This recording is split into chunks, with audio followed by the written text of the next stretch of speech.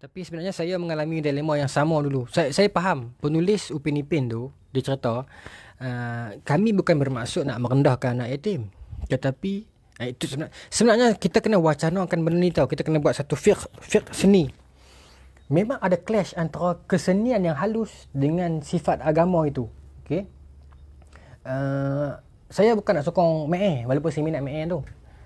Walaupun dia jual ayam sengit kan. Makan Mek ke Fizi? Mek saya tak ingat lah. Saya tak tengok episod tu. Cuma saya mengikuti perkembangan tu. Bagi saya dua-dua tak salah. Yang concern pun tak salah. Okay. Yang concern pun tak salah. Kena clear nah. Yang concern tak salah, netizen tak salah. Tetapi bagi membela penulis, dalam kalangan penulis, saya tak nampak kecenderungan para penulis Upin Ipin itu nak menghina anak yatim. Baik, saya buktikan. Kerana alasan yang diberikan mereka itu adalah aras pemikiran budak-budak. Saya setuju. Sebab cerita saya yang sama,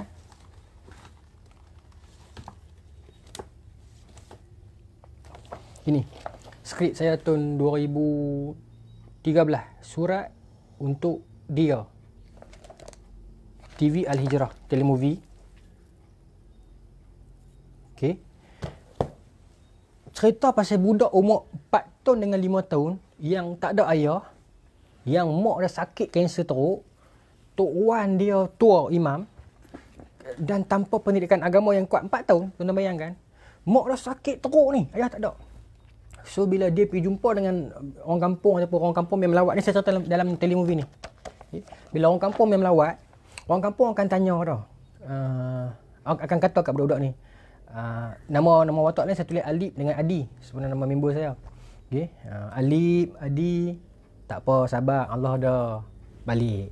Saya orang kampung kedua mai. Alip, Adi, tak apa sabar, doa banyak-banyak, Allah ada balik. Lagi orang kampung mai lagi, yang orang lain pula mai. Alip, Adi, tak apa sabar, doa kat Allah, Allah mesti tolong, balik. So budak yang umur 4 tahun ni dia tak sabar lah. Dia kata, ya, kami tahulah Allah Tuhan, tapi kenapa orang kampung keep on bagi tahu kami Allah ada, Allah akan tolong. Mak kami sakit juga.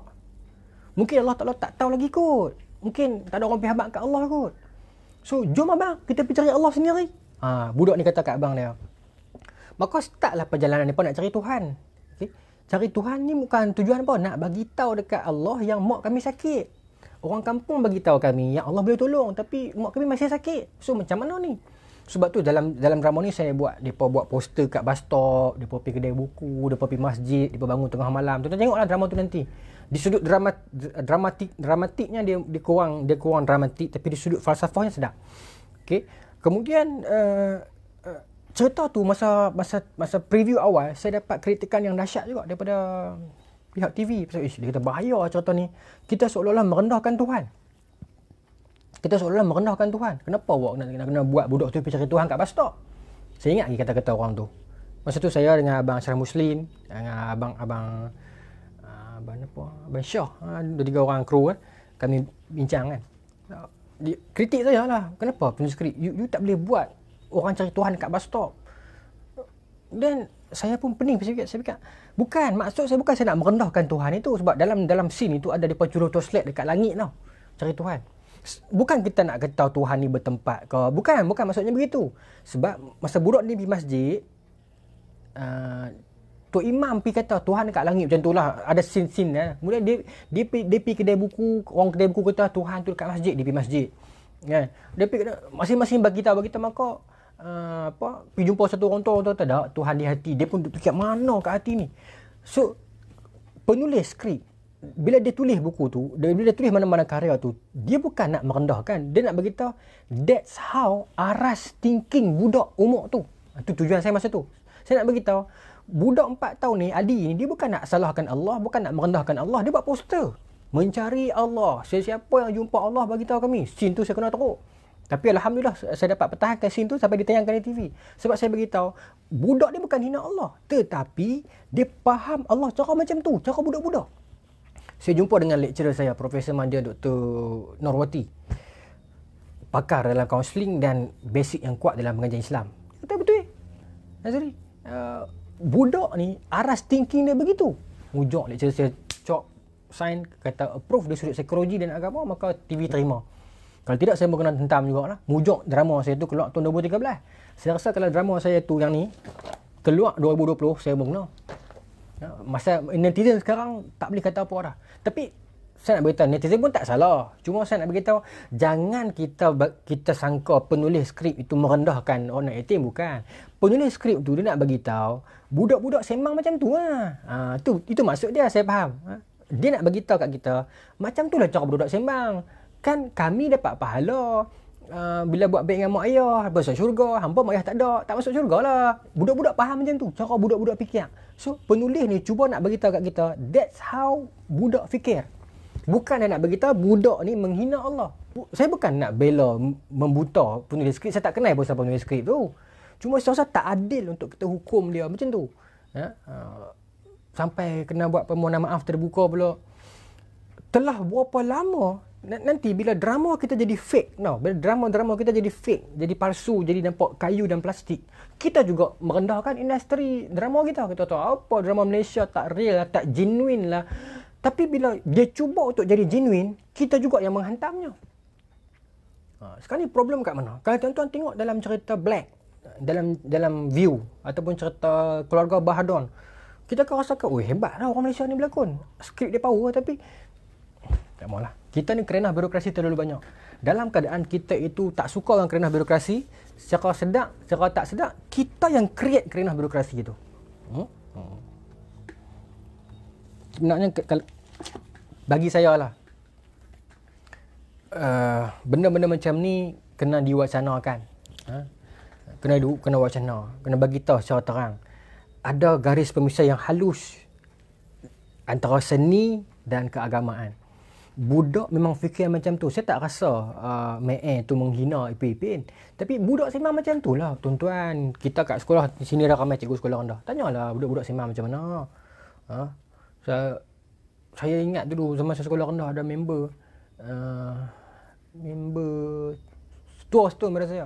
Sekolah harap kot. Pak dia main ambil hari-hari balik sekolah. Pak dia kaki tak ada. Dua-dua tekat lutut. Kami boleh kata kat dia, pak kudung, anak orang kudung. Punya jahat budak-budak lah kan. Sampai tak ada sensitif langsung. Budak-budak main besar, malu lah mana tu kan. Surat untuk dia, TV Al-Hijrah. Serta tu di sudut dramanya agak drag saya abang siap. Tuan-tuan bila tuan-tuan tengok, tuan-tuan rasa macam agak boring lah cerita Ustaz ni. Itu cerita pertama saya. Tapi tuan-tuan perhati di sudut makna yang saya cuba sampaikan. Dalam drama itu, saya buat satu watak budak kecil, kawan kepada Alik dan Adi ni, yang dia 24 jam duduk kat tingkap rumah dia. Tapi dia lah tahu semua benda. Dia lah kata Tuhan tu pergi dekat kedai buku, ambil kedai buku. Dia lah yang beritahu aku member baik dengan malaikat. Dia kata, doa malam ni kat langit, nampak budak ni. Sedangkan budak ni, saya buat dalam watak ni, dia cuma duduk di tingkap lah. Scene dia tidak ada tempat lain, tingkap ya. So sebagai perlambangan, inilah orang yang cakap pandai. Sedangkan dia cuma melihat dunia di sudut tingkap ya. Nanti bila akhir cerita, selepas montaj dah naik, saya buat, budak ini terlepas. Dia pergi dekat adik dan adik ni, dia kata, ya Allah, aku baru tahu kampung kita ada laut. Kami shoot kat Banting masa tu. Maknanya budak yang cakap pandai dekat tingkap ni, ada laut dekat kampung dia, boleh tak tahu. Tapi dia sembang komen malaikat lah, Tuhan lah, semua member dia. Dia saya perliwang dalam tu. Tapi yalah, di sudut dramatiknya saya baru belajar technical of script, nak bagi cerita tu tak draggy tau, tak nampak dull, boring. Cerita tu agak boring, saya mengaku. Tapi di sudut falsafah dah tuan-tuan perhatikan. Okay, terima kasih banyak-banyak atas tontonan daripada tuan-tuan. Saya minta maaf tadi saya terlupa dulu, siapa yang ingatkan tadi tak? Saya bukan nak sokong sangat PPN tu. Saya bukan nak salahkan netizen sangat. Cuma saya nak beritahu, kita kena faham cara orang tulis. Kita jangan cepat kita deny. Kita jangan duduk dalam state of denial lah. Kita jangan cepat jadi orang yang kita rasa macam too defensif. Sikit-sikit orang nak hina kita. Sikit-sikit kita kata, habislah Islam kena ancam dah. Habislah pokok-pokok nak tindas Islam. Sedangkan yang tulis tu orang Melayu Islam juga. Kan? Orang Islam di Malaysia ni dia jadi state yang macam tu dah tau. Dia jadi macam tahap tak boleh silap sikit dah. Habis kita ni pok-pok ni tak guna nak peranak Islam.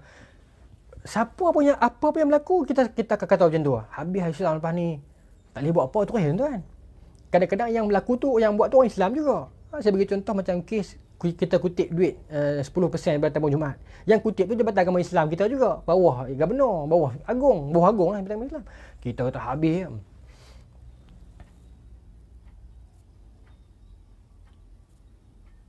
Betul? Amir Rafiq kan? Jadi kita jangan cepat. Orang kata apa, satu bahasa tu, saya banyak lupa istilah hari ni. Ke-8 dah. Saya banyak lupa istilah tu. Dia kata apa istilah apa?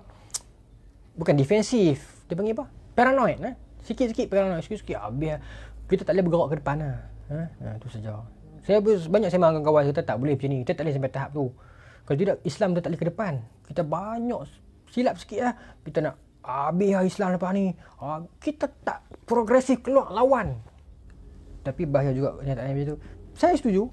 Sebab tu saya kata tak boleh salahkan netizen sangat. Tapi untuk kita kata penulis tu nak merendahkan nak yatim, saya tak setuju lah. Mungkin untuk orang kata apa, berlaku adil kepada kedua-duanya, mungkin kena ada satu penerangan, kena ada satu, tapi jadi panjang cerita pula tuan-tuan. Saya diajak oleh lecturer kami di universiti dulu, bila anak-anak tengok kartun, mak ayah kena duduk sebelah. Kami diajak oleh guru-guru kami dulu di universiti kan, dalam bidang psikologi. Kalau anak nak tengok Doraemon, kalau mak tak bagi tengok, pak tak bagi tengok, anak akan tengok juga sengak-sengak. Dia tak tengok kita, tengok dengan kawan. Dr. Mastura Bazis, Profesor Madya, pakar, dia ajak kami. Maka dia kata, langkah yang paling baik adalah duduk tengok sebelah dia. Maka bila Doraemon turunkan hujan, mak di sebelah kena kata, adik, yang turunkan hujan bukan Doraemon Allah, ni cerita je. So, dapat dakwah secara tak langsung. Bila Doraemon berjaya menghentikan hujan, mak kena kata, adik, yang menghentikan hujan, menurunkan hujan bukan Doraemon Allah, ni cerita je. So, secara tak langsung, budak ni dapat kenal Allah daripada cerita Doraemon tu. Indirectly. Tapi kalau kita biar terus, dia akan tengok, dia akan percaya. Dan kalau kita halang, dia akan tengok sengak-sengak juga. Dia tak dapat dekat TV rumah kita, dia pergi rumah dia balik, dia dapat tengok. Dia pergi sekolah, dia tengok dengan kawan, lagi bahaya. Okay? Jadi, Amalina Abdul Razak, saya ada anak 9 tahun, selain begitu cara mau Ustaz. Alhamdulillah puan.